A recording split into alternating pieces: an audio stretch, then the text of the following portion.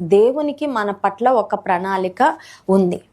కానీ ఆ ప్రణాళిక ఎప్పుడు నెరవేరుతుందంటే దేవుని చిత్తంలో మనం ఉండి దేవుని నడిపింపులో మనం సాగినప్పుడు.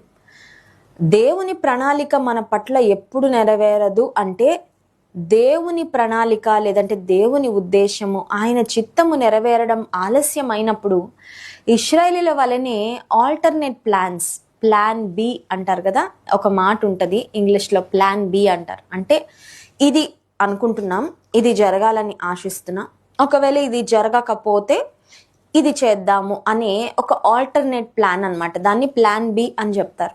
దేవుని ప్రజలుగా దేవుని కార్యాల కొరకు ఎదురు చూసినప్పుడు we must only have a plan A. ఇది నాకు దేవుడు ఏర్పరిచినది ఏదో అందులోనే నేను సాగుతా.